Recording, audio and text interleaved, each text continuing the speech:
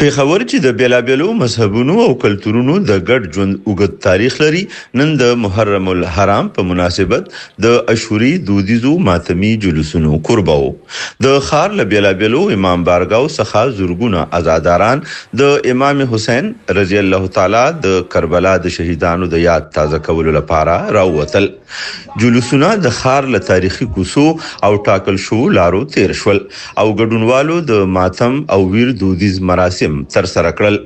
د جلوسونو پر مهال ګډونوالو د کربلا د پیښیات تازه کړ او د امام حسین رضی الله تعالی عنه د قربانۍ پیغام چې د حق، عدالت او اصولو د دفاع سمبول ګڼل کیږي بیا یادوه.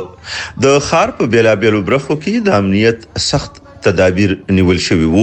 پولیسو د امنیتي ادارو، نورو ځواکونو او ژغورنې ادارو د جلوسونو د خوندي تر سره کېدو لپاره ځانګړي انتظامات کړي وو او د تګ راتګ لپاره ځینې لارې هم موقتي تړل شوې وې.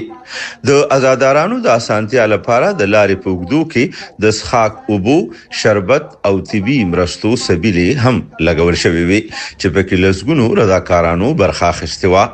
د ښار اوسیدونکو د جلوسونو له تیرېدو سره همکاري وکړه او د امنیتي ادارو په وینا مراسم په ټولنیز ډول په آرامه فضا کې تر سره شول.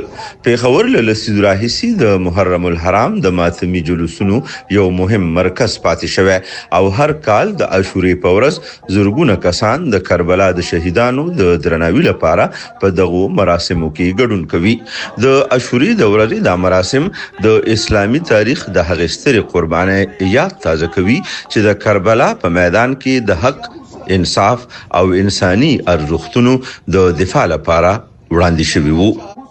مجید بابر، شال نیوز، پیښور.